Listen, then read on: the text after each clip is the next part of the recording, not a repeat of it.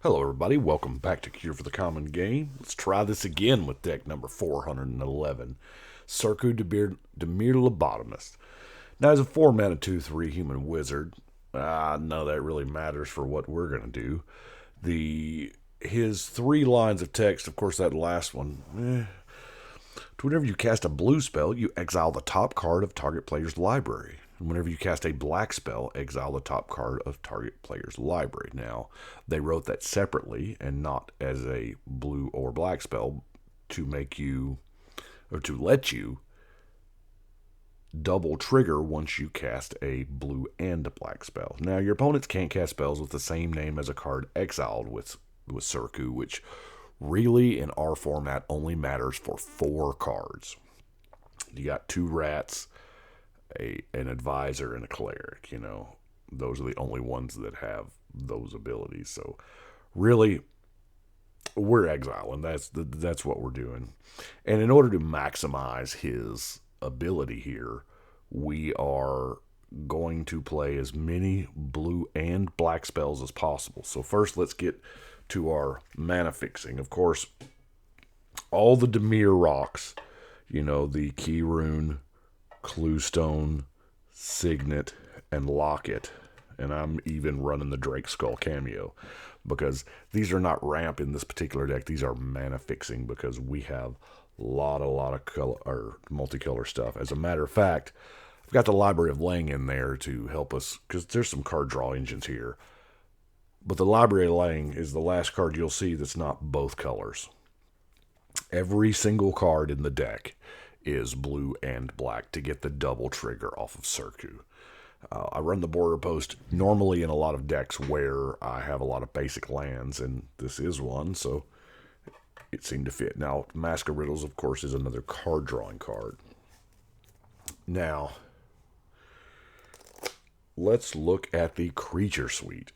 The first trio that I want to cover is the comes into play bounce a creature.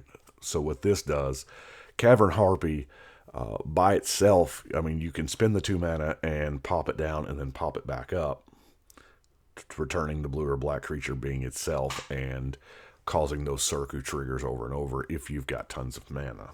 So, but if not, you just bounce another creature and you're getting the cast again.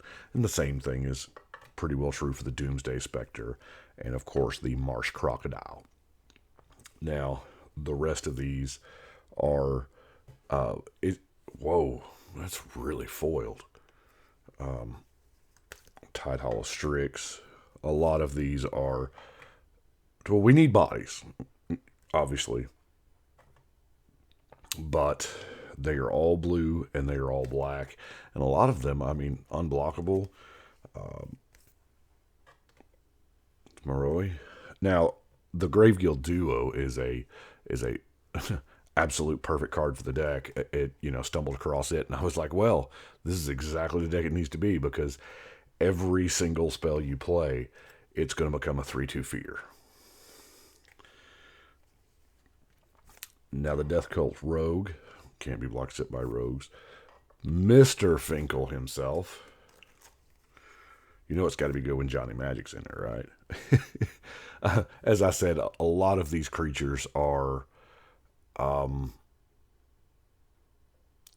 guess, somewhat lacking, is what I want to say. But the fact of the matter is, when evaluating these particulars, we have to mentally staple on exile 2 cards at the end of every cast trigger. So it does tend to make them a little better.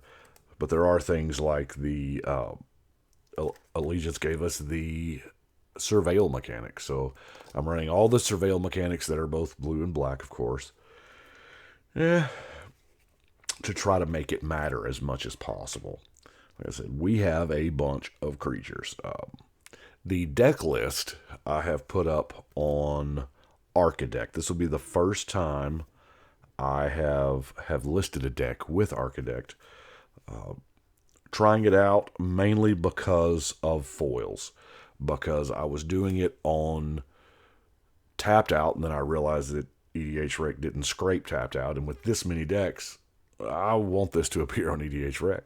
And so I moved over to deck stats, but on deck stats, there is no way to mark cards as foil. So this Architect, we're going to give it a try, see how it works. Y'all check out the deck list. I mean, we're seeing not just a list of cards, but it shows the pictures of the actual cards, and the foils look foil. So, lots of unblockable stuff in here, and so, and of course, repeatable surveil, assuming it will focus. There it is. And then our last regular creature, the Slinking Serpent, really kind of oh, I tilted it, didn't I? The Slinking Serpent, for some random reason, has Forest Walk. It's super weird. Not as weird as the Focus. There was an upgrade to my camera, and now it took away my manual focus.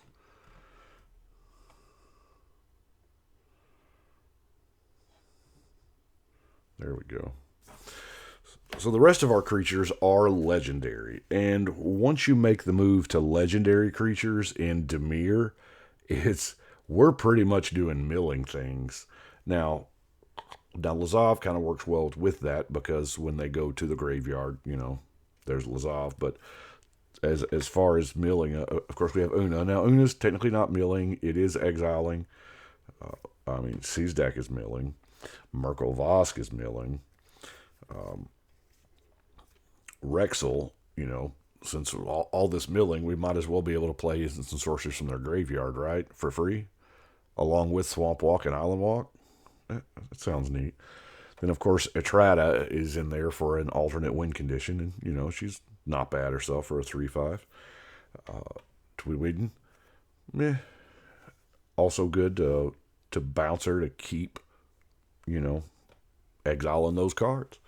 Now, I had thought hard about some of the Eldrazi, since we're exiling so many cards, using that as fuel for the Eldrazi process thing.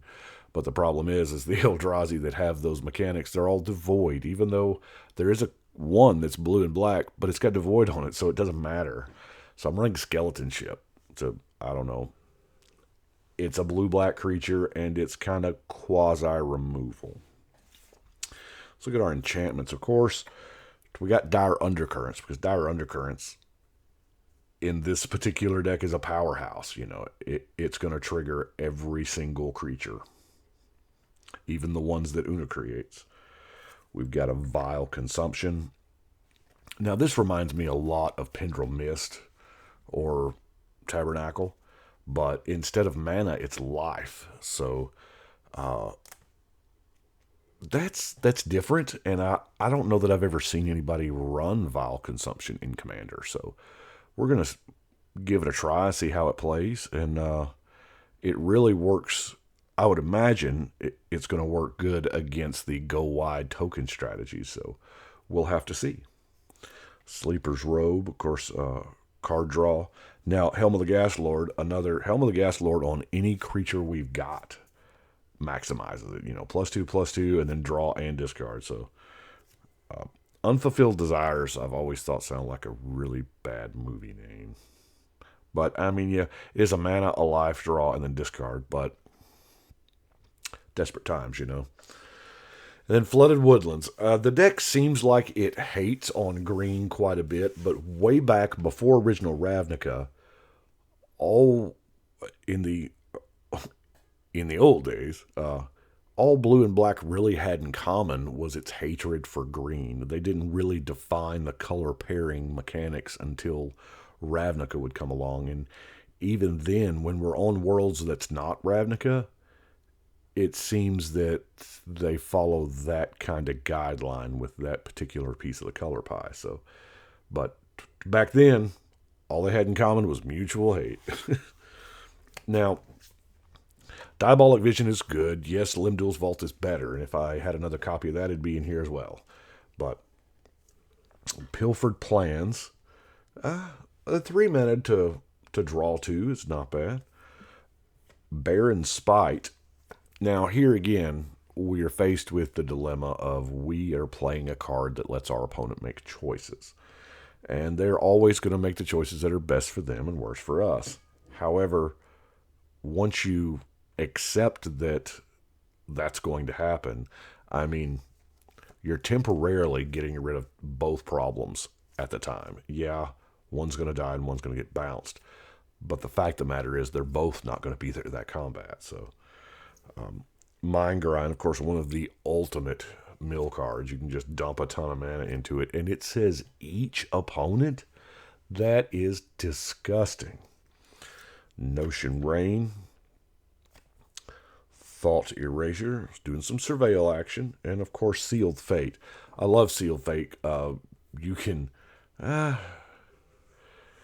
Now you got to be careful. Obviously, you don't want to do this to the top or the rack person who can manipulate the top of their library and thus undo what you've done with your Sealed Fate here. But it is kind of fun to tinker with the top of other people's library and put what they need as far down as they can get it.